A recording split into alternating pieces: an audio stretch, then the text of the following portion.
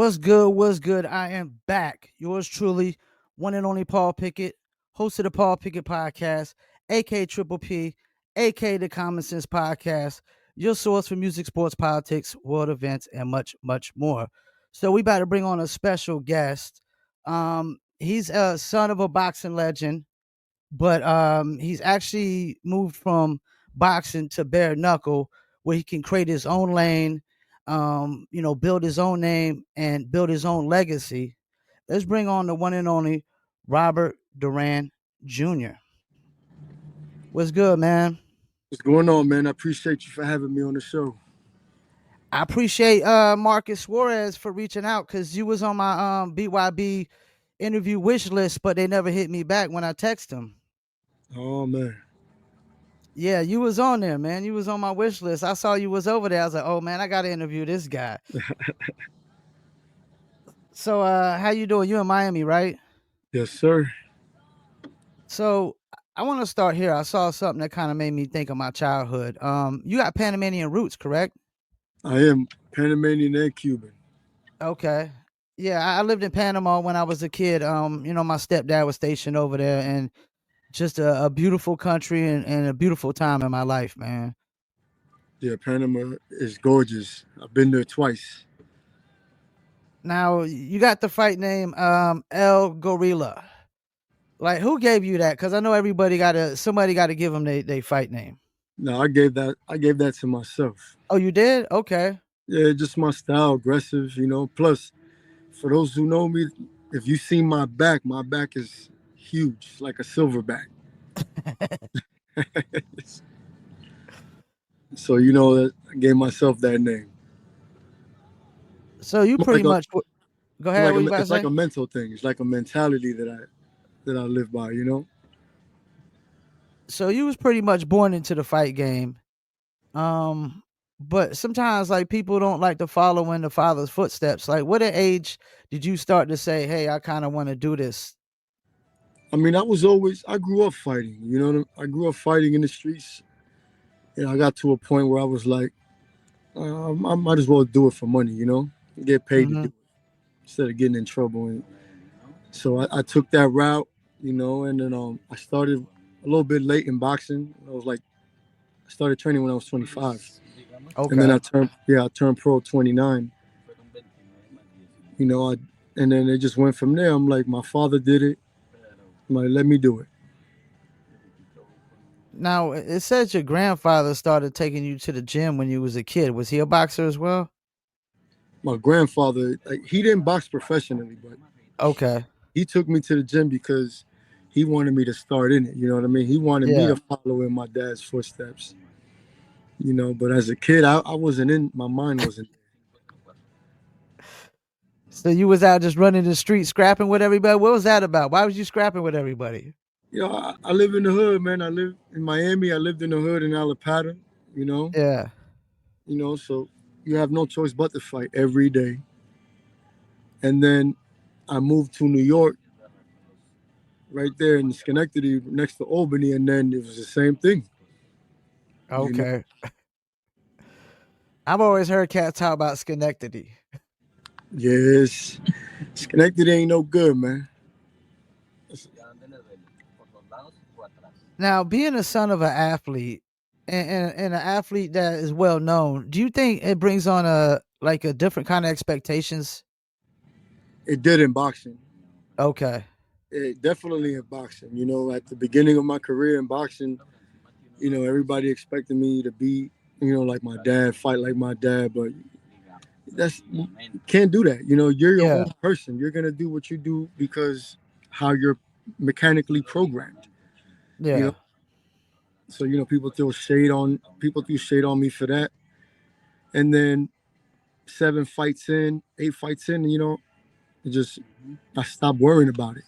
I'm Yeah. like, my dad did his thing. Now I'm gonna do mine. That's what I'm gonna focus on, is doing my own thing. I mean, you had a good record from boxing for what I see. It says you like 12-3 or 12-4 with 10 KOs. I mean, like getting in the bare knuckle, is that just really just to carve out your own lane?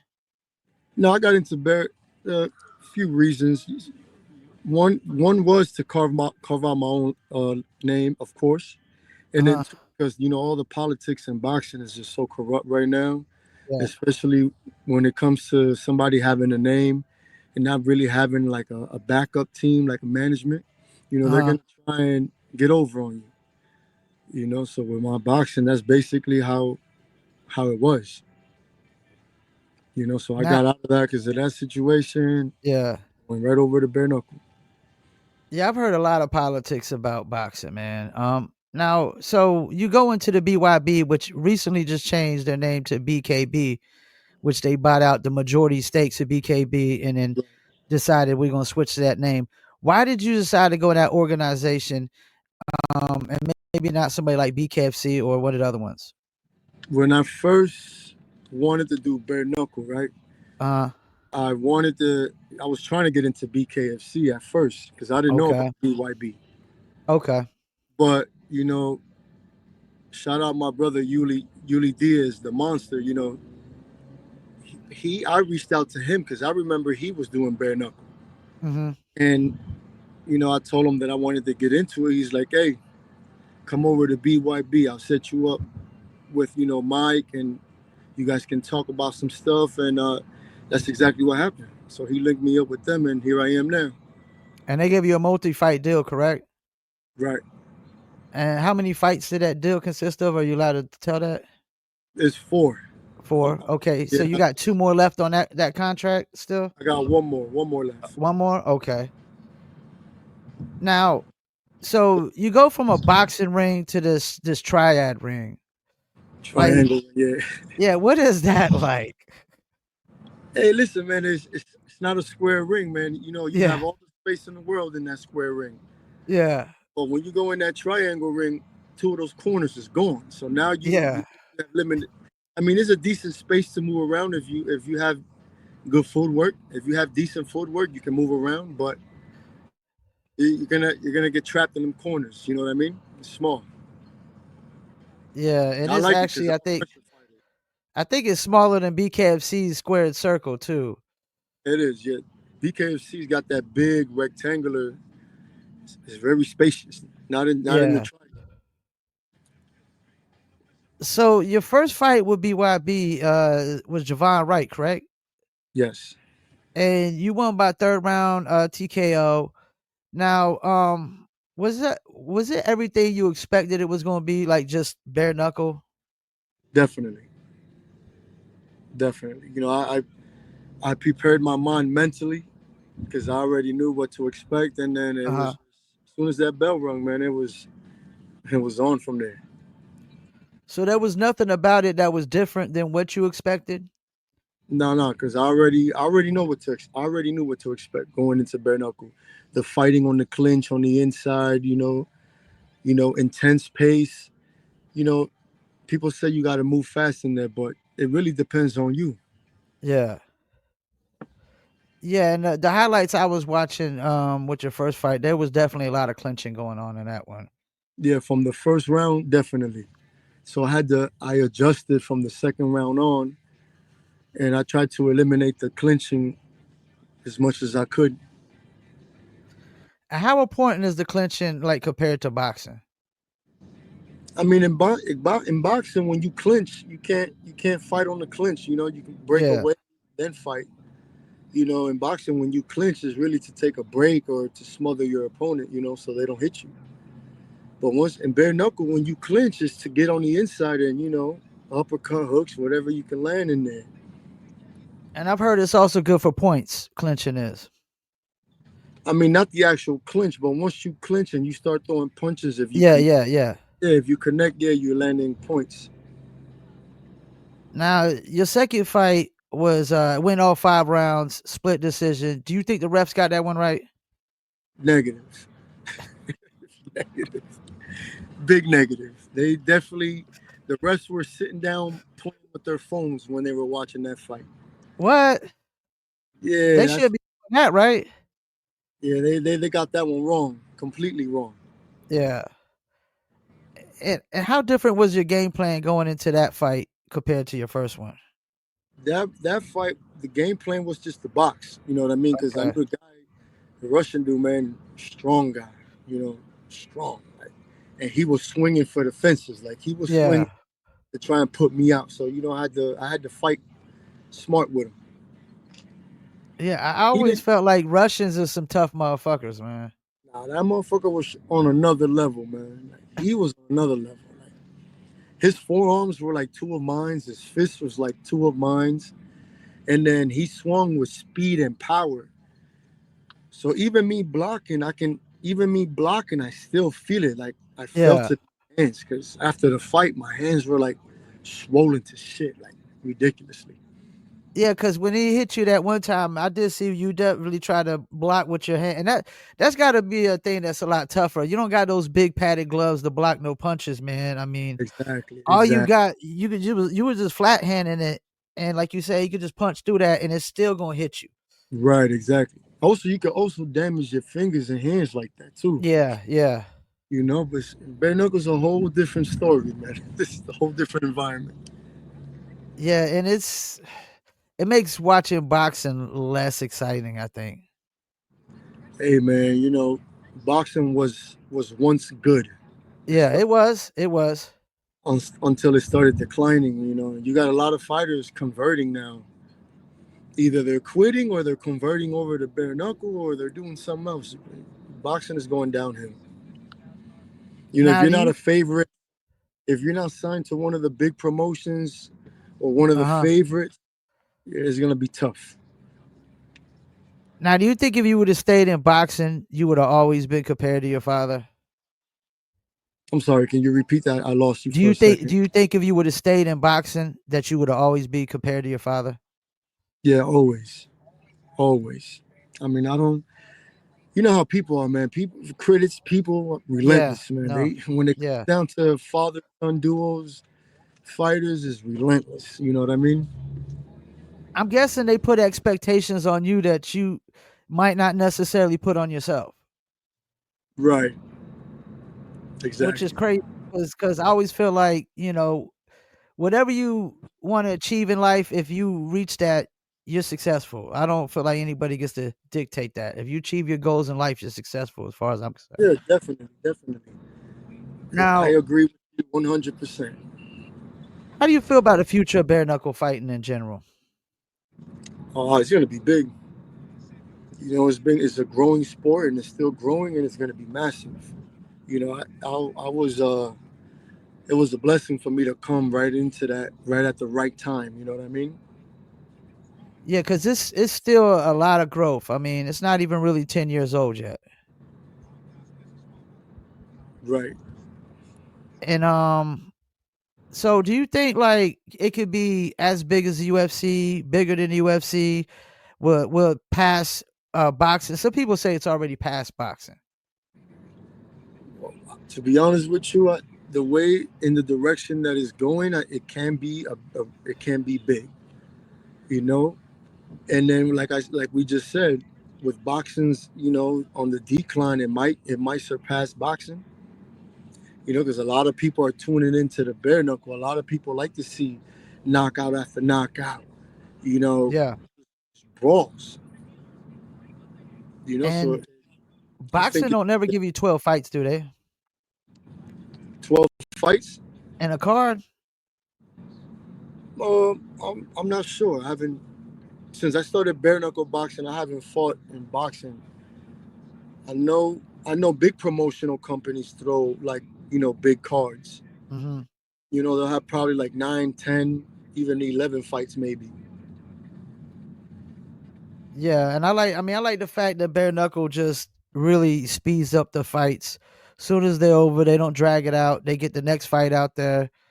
You definitely gonna get some knockouts, and more likely you're gonna get some 4 or 5 rounders too. Now, in that first fight, you seemed like going into that second round, you was a little gassed. Was No, you? no, You I wasn't. wasn't No, I wasn't gassed. okay. Yeah, Do you definitely. do you feel like people underestimate how exerting bare knuckle could be? Well, yeah, a little bit because they're not in that position from as the fighter. Yeah, People are just they're on the outside looking in. So people are gonna say, "Oh, you should have did this, or this should have happened." You know what I mean? Now, what's something you think from boxing that translates well in the bare knuckle? Oh, I mean, it's just if you have good skill, you're gonna do well. You know what I mean? If you got good Yeah, skill, you have a good jab, you got good footwork, you're gonna do good in bare knuckle. Because remember, in bare knuckle, all it takes is just one shot. yeah, yep. You know what I mean? You can put somebody down with a jab, and then if you repeatedly hitting them with the jab, bang, bang, bang, it's gonna take a toll eventually. Now, on the reverse of that, what's something that doesn't translate well from boxing to bare knuckle? The like the regular clinch. The regular clinch. Yeah, yeah, the regular clinch. I've seen fighters that are boxers go and clinch in bare knuckle and then forget to fight on the clinch. Because they're so programmed boxing, Yeah, yeah, and then that'll get them. That'll get them punched up because, like, oh shit, I should have been punching when I was in the clinch. yeah. You know. So that's probably one of those things that boxers aren't expecting when they get over there, because a guy that's got 2 or 3 bare knuckle fights under his belt, he's gonna know that once he get in the clinch, start throwing blows, and if they Uh, forget, man, that could be a wrap for them. yeah, that's what I'm trying to tell you. That's exactly what I'm saying. That's why when I did my first fight, I mentally prepared myself. Like I know to fight on the clinch. We can fight on the clinch. So when it happens to me, we gonna start exchanging punches on that clinch, so I don't get caught off guard. So can that be a problem? Like, you got guys that get in the bare knuckle and then they go fight a boxing match or they go fight an MMA match. Can't that like be a problem sometimes? I mean, like I said, it depends on you, and where your skill set is. Yeah. The type of level of fighter you are. It depends on you. Because I can't speak for everybody. I can speak for me. But it really depends on you. Now, if I'm not mistaken, the guy you fought in your first fight, he owns the belt in your weight class now, right? So the thing was, we fought at super welterweight, 154, Okay. and he moved down to welterweight. So he moved Okay. down to 147, and that's where he won the belt at 147. So you ain't looking to fight in that weight class? I wish, man, because if my body could get back down to 147, I would, but I can't. Yeah, because I would think you would feel confident to be able to win that belt pretty easy, being that you already beat him. Right. I like it's just my frame. Over the years, my body. Everybody's body just it gets bigger. You know what I mean? And then for fighters, certain weights you just can't make no more. So you don't like going back and forth with weights at all? In boxing, I did that in boxing. Like I would fight at 47, then I'd fight at 150, 154. You know what I mean? Uh huh. And then I fluctuate. I go up and down, but in bare knuckle, I want to stay at one weight. Do you feel like some fighters might be, I don't know if I want to say pressured to go from one weight to another just to try to get more fights? That can be a thing. That can be a thing that happens. Yeah. Because let's say, for example, let's say you got a fighter that's highly avoided. You know what I mean? Nobody wants to fight him. Let's say he Yeah. fights at Yeah. 147. So now he has to come up to 154 to see if people want to fight him at that weight class. Yeah. Yeah. So yeah, And that's another thing too. You got the guys that people try to avoid, and then you got guys that probably don't get enough work, so they feel like, hey, I got to fight at this weight class, I got to fight at that weight class, whatever weight class they're gonna give me, I got to pretty much fight at. yeah, and it can be good and it can be bad. Yeah, Because let's say you're 5'9", my height, short. It's average size, but once you start going up to those higher weight classes, these guys are a lot taller. You know what I yeah. mean? A lot heavier, even when they rehydrate. You know what I mean? So that can be a thing that's working against you. And I've always heard of you trying to make weight. like guys can drain themselves out just trying to make weight. Like they might make weight like the day of the fight, Yeah, yeah, man, that happens. and That like now you being a the son of a legendary boxer, was it easier for you to try to make a living off of this early? Because fighters like they don't make nothing starting out in this. man, listen, man. Just because my dad is who it is, I mean, I'm Yeah, speaking for me. You know what I'm yeah, saying? And it was hell for me. It was hell for me. My boxing career was a roller coaster, up and down, up and down, up and okay, so I'm just speaking for me. yeah. So I mean, it ain't even been easy for somebody like you to try to make a living off of fighting. Right. That's because I didn't have the proper, the people behind me that, let's say, for example, I had my father in my corner, right? Behind Yeah. me, training me, or not even training me, just there, you know what I mean? Uh huh. I probably would have had a lot more possibilities in boxing. Okay. You know what I'm saying? But the people see me by myself as Duran Jr. He doesn't have this, doesn't have that. So now that's when all the issues, start. Now, was that a personal choice for you to just try like part of carving out your own lane and making your building your own name is just try to do it on yourself? Yeah, basically. I mean, I because mean, I'm I've pretty always sure been. you could have had your pops help train you, right? The thing is with me and my pops is that me and my pops, we didn't grow up. I didn't grow up with my father. You know what I'm saying? Okay. Okay. I seen him here and there, and then we finally just rekindled not too long ago. Okay. So I had no choice but to do it by by Yeah. myself. Yeah. That makes sense. That makes sense. That totally makes sense. Now, you got any up and coming fights announced yet? So I should be fighting in May again in Jacksonville. But Jacksonville, Florida. right, so it's not definite yet, but that's the goal. Okay. And you said that's in May, Right. and this will be your last fight for the contract. And are you going to be looking to try to do another multi-fight deal with them if Oh, possible? most definitely, man. BYB has been amazing with me. Me and my team, they've been amazing people. It's hard to come across good guys like that. Mhm. So that's the plan. What do you think they got to do to compete with BKFC a little bit better? Hmm. To be honest with you, I'm not too sure. I mean, not too sure about that one. I heard BKFC's got this mobile app or whatever that they Yeah, do they things. got the mobile app, but they also did a thing where they pissed some people off that had the mobile app because they started doing fights on the zone. So you get some fights on the zone and then some on the mobile app. So there's kind of issues with that, Right. and whatnot. But and then BKFC also has Triller behind them, which helps some, because Triller has a lot of push to a lot of eyeballs on their platform. Exactly. Yeah. You know, BKFC has got a lot of, how do you say it, support.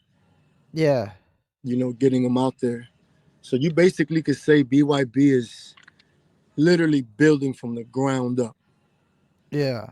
You know And what I it don't mean? seem like they try to rush the process. It seems like BKFC is trying to rush the process. Completely. 100%. Yeah. 100%. I mean, they did 3 shows in, like, 1 month, like, I think of January, and, BYB seems to, like or BKB actually now tries to spread it out a little bit more, which, puts more focus onto that one show, I would Exactly. think. Exactly. Exactly. I think the thing for me is something about the production of the show that needs to come up or change or something, like the actual look and feel of the show. Because I mean, I've heard like y'all definitely got some of the best bare knuckle fighters in the world over there too. Even though BKFC guys will say they'll smoke y'all every time I bring it up, I always talk about this best of the BYB versus the best of the BKFC. I think that'd be an interesting thing. You know what I'm saying? That was funny. Yeah, no, they nah, cause I just interviewed Ruben Ward recently. He said that they wouldn't smoke y'all. I think Redneck Mandel said the same thing. Oh man, that was funny. Listen, man, we got dogs everywhere to fight. Yeah. The only difference is just the name. That's all it is. It's just a name. So who do you got to fight? Who's the guy you got to go after to get the belt in your weight class? I mean, there's a lot of guys out there in my weight class. You said you're did you say super welterweight? Right. So you got that's Liam Reese, right? Who's champion now? Yeah, yeah. Okay. That that'd be a nice one. Now, are you That, into calling the guys out at all? no, I've never been that type of guy. You know what I mean? This is real arrogant shit that I don't do. Yeah, You know, my BK BYB does that for me. You know what I mean? yeah. When they come to looking for opponents, either accept it or not. You think some guys need to call out guys to get attention? I don't know. It depends on the person. Yeah. You know, I find that as an ego driven thing. Okay. You know, I don't sit there and be calling nobody out, man. Like I don't need to do that. You know, some people do that just to get their attention on them. You know, just to get attention. I'm not with all that attention shit. It is what it is with me. So we'll probably know what in a month or so who your next opponent's gonna be. Maybe because they're working on an April show right now, so they're kind of they're busy. So I'll say about a month, 2 months maybe. And where they typically stream all these fights? So now we just ventured into, actually we partnered up with Vice TV Oh, now. Vice. Yeah, I heard about that. Yeah, so Vice is gonna be doing all that stuff. And Vice wasn't doing those sports before, were they? I'm not too sure, but I know we just collaborated with them, so we're doing that now with them. So that the next show will probably be broadcasting through there. This show, our show just now in Denver was with them. Okay. Yeah, Okay. our first show in our show in Denver was our first time with Vice now. Now, do you watch the other like the fight cards typically when you're not fighting in them? So like after I fight, Well, no, like just when like you're not on like the Denver one. Did you watch the card or was you there? the Denver card, Yeah, yeah. yeah, I fought in that one. Okay, you fought in that one. Okay. Yeah, What day was that? that was the 22nd of February. Okay. That was this month? I didn't see you on that card. Yeah, that was just recently. It just happened Okay. last Saturday. Yeah, I was on the website. They didn't show nothing about that fight on there. Yeah, yeah, we just fought there at the Stockyard Event Center. And you won that one? I did. Second round TKO. Second round TKO. And who was that against? Joshua Sykes. What could you tell us about him?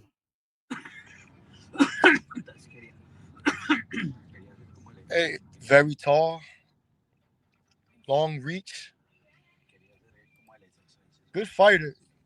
He's a good fighter, and he the first round he tried to just box and stay on the outside with me. But that's all I know. Yeah, okay. I see it right here now. Yeah, you gotta excuse me, man. I've been so caught up in the BKFC and I've been trying to interview a lot of BKB fighters, man. But like I said, they never hit me back on my wish list. Oh snap! So I just guess I gotta go out and do it myself. I mean, I interviewed Greg Bloom, y'all CEO or whatnot, and I was supposed to interview Mike and a couple other people, but I don't know. I guess they're just too busy or whatnot. So I don't make assumptions. Right, right. So yeah, I was that cat was well he was 3-1. 3-1. He fought. He did all his fights were in BKFC except for one. He did one BYB before my fight. Well, damn, congratulations, man. So you 2-1 now, correct? Yes, sir, with two Looking to knockouts. go to 3-1. How many fights you thinking like before you start asking for a title shot? It could be one more fight. It could be two more fights. It could be three more fights. It just depends on God's timing. So you're gonna like, you'll never ask for a title shot, or you're just like, if they bring it, they bring it, and they don't, they don't. Oh no, I'll eventually ask for one. Okay.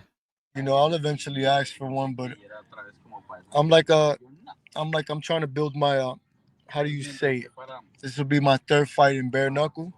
Uh I'm huh. progress in the sport. So you're not really rushing the process at all.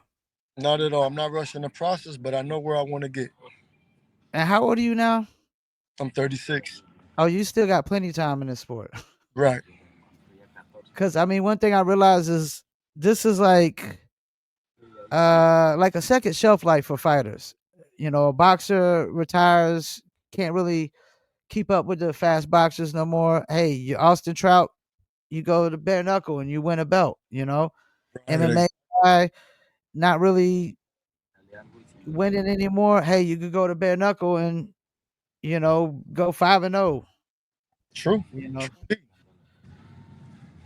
it's definitely created a second shelf life. I think it's going to extend a lot of fighters' careers and whatnot. I mean, you had Houston Alexander fought that he was 50, even though they're trying to kind of prevent him from fighting. Yeah, my dad fought for a long time too. Yeah, he fought till he was about 50 years. Yeah, 45, 50. Yeah, same thing.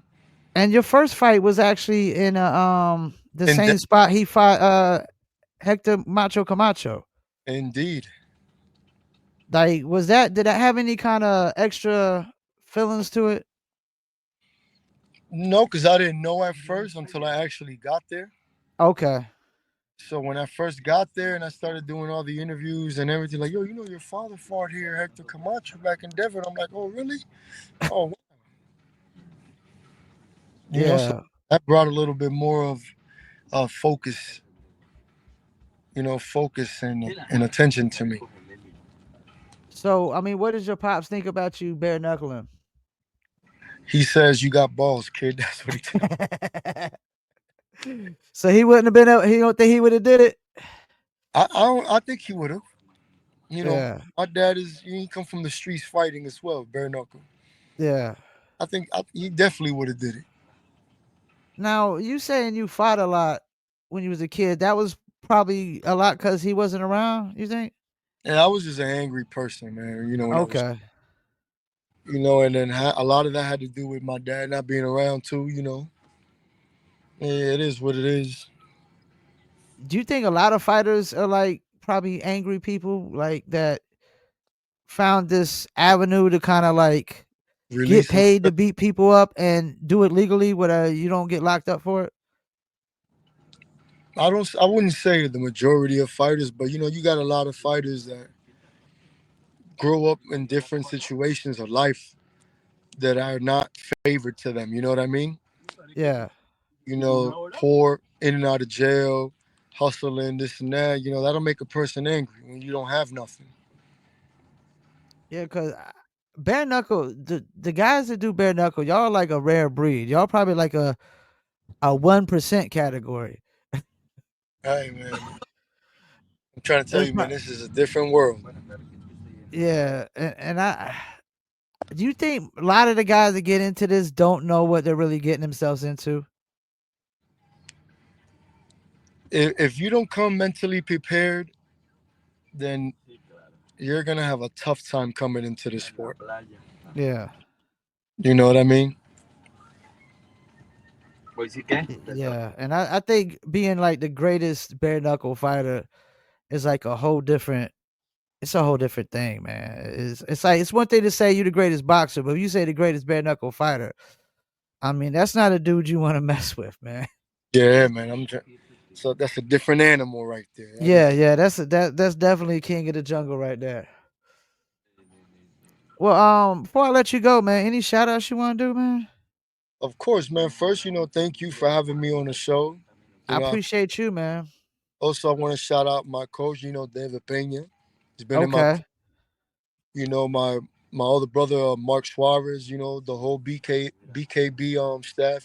Mike, Mel, Dada, Greg, for giving Oh me this yeah, opportunity. and Britton Hart told me to tell you, hey, Who? Britton Hart, Bret Hart, Britton Hart. Britton Hart. Who's that? She's the female strawweight champ for BKFC. Oh, really? Yeah, yeah. She said I told her, I messaged all the bare knuckle fighters, let them know I had you coming on. She hit me back, say, "Oh, I love him." Tell him I said, "Hey, Bret Hart. Tell her I said Britton hi. Hart." Yeah, Yep. yeah. She about to be fighting in that Dubai card they got out there in like April. That's dope, man. Good lucks to her, man. Yep, yep.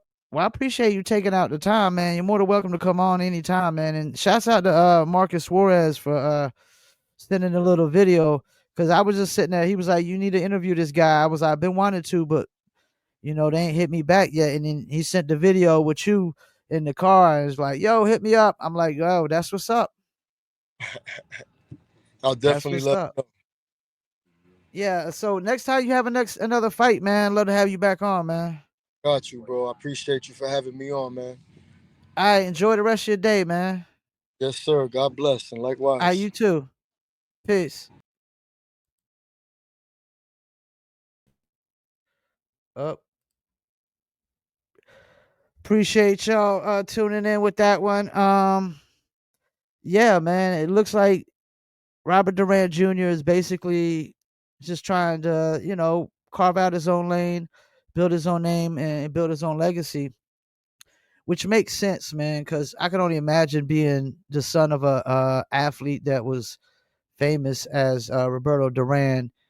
That it's a big shoes to fill, and you get overshadowed. Everybody expects you to be as great as your father or greater than your father, like what's going on with Bronny James and stuff. Like, the people put expectations on you that you might not necessarily put on yourself, so it's got to be a tough pill to swallow, trying to live up to expectations of a, you know, great athlete of a father like that. And not even just athletes, celebrities in general, actors, musicians. When they have kids, everybody just thinking, yeah, their kids should be just as talented as them, when that's not necessarily the case. I mean, look at Michael Jordan's son. They barely made it to play college basketball, and I would argue that they probably only play college basketball because of their last name. So yeah, man. Definitely gonna be watching. I need to get more in tune to the BKB. So BYB changed their name to BKB. That's a recent change. They basically bought out majority stake in BKB, which is Bare Knuckle Boxing, which is based out of the UK. So it's now they switched their name over to BKB, and they be doing their thing too. They having a lot of good fights, a lot of good fight cards. I need to kind of tune in more, get more acquainted with the fighters, with what they got going on, man, and whatnot. And you know how I do. I'm very biased to the people I interview, so I definitely would be supporting everything that Robert Duran Jr. does from here on out and whatnot. And hopefully he gets a title shot and can create his own name and build his own legacy. That's not really in the shadow of his father's, because like I said, I know that's got to be a tough thing for a lot of people.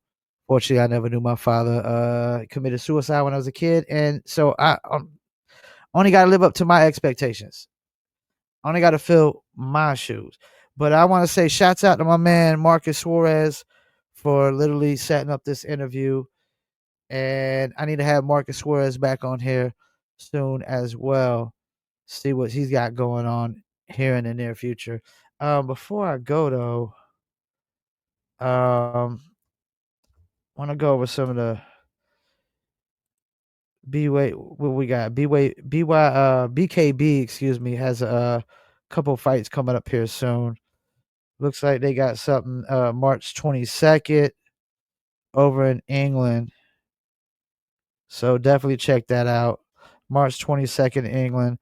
And April 4th, they'll be at Myrtle Beach, South Carolina. I'd actually like to try to see if I could get to that as I'm in Fayetteville, North Carolina, and go check that out. That's a BYB 39 Broad the Beach, which will probably be changing to BKB 39 here soon. Then, of course, you got Bare Knuckle Fighting Championship. They got a event coming up literally this Friday, tomorrow, and it's BKC Fight Night, Albuquerque, New Mexico, at the Kiva Auditorium. And of course, you got Keith Richardson against Usmanov as the main event, and that's going to be interesting. You got Eric Dotson versus Van Vo. You got Perez is fighting. You got Wild Bill versus Fields. You got my man Justin Martinez versus Garcia. McElroy versus Jay Jackson, who I interviewed on the show recently. Go check out that interview as well. And Coca versus Ruben Arroyo, who I just interviewed recently as well. Go check out that interview on the Paul Pickett podcast, which is live on Facebook, YouTube, Instagram, and the audio version goes to Spotify, Amazon, Deezer, TuneIn, Stitcher, Slacker, iHeartRadio, Player FM, much, much more. All right, well, we about to wrap it up. Appreciate y'all tuning in. Once again, shouts out to Robert Duran Jr. Make sure y'all go follow him on Instagram and Facebook. And make sure y'all follow him in the BKB. Like he said, he should have a fight coming up in May here soon. And yeah, it's gonna be interesting to see how his career pans out, man. I wish him all the best in the future, and hopefully we get him back on the show. And appreciate y'all tuning in. Peace, and I'm out.